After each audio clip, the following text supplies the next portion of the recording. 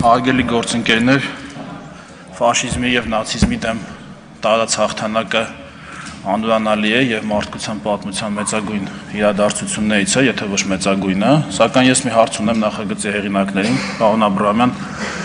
սովետական պատմագրությունը հայրենական մեծ պատերազմ է կոչում երկրորդ համաշխարհային պատերազմի սկսվելուց 1 տարի 10 ամիս անց սկսված մեկ պատերազմ, որը ընդհանուր երկրորդ համաշխարհային պատերազմի մարտական, այսինքն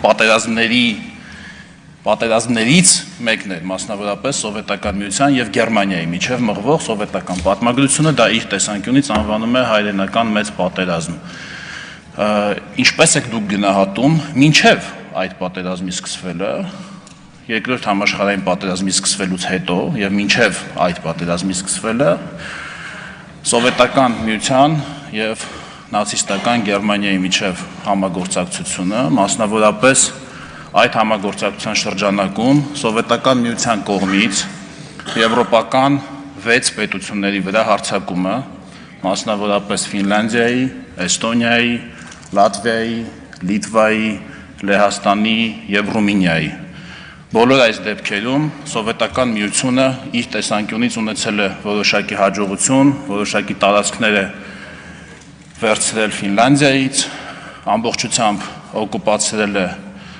Էստոնիան, Լատվիան, Լիտվան, այն ժամանակվա Լեհաստանի կեսը, Ռումինիայի մի մեծ հատվածը, որը այսօր Մոլդովայի Հանրապետությունն է, ահա այս ամբողջ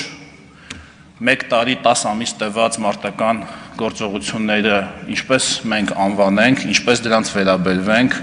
ճիշտ է արել, սխալ է արել, պետք չէր, ինչ կասեք։ Մտքերի փոխանակությունն ավարտվեց, ձայնը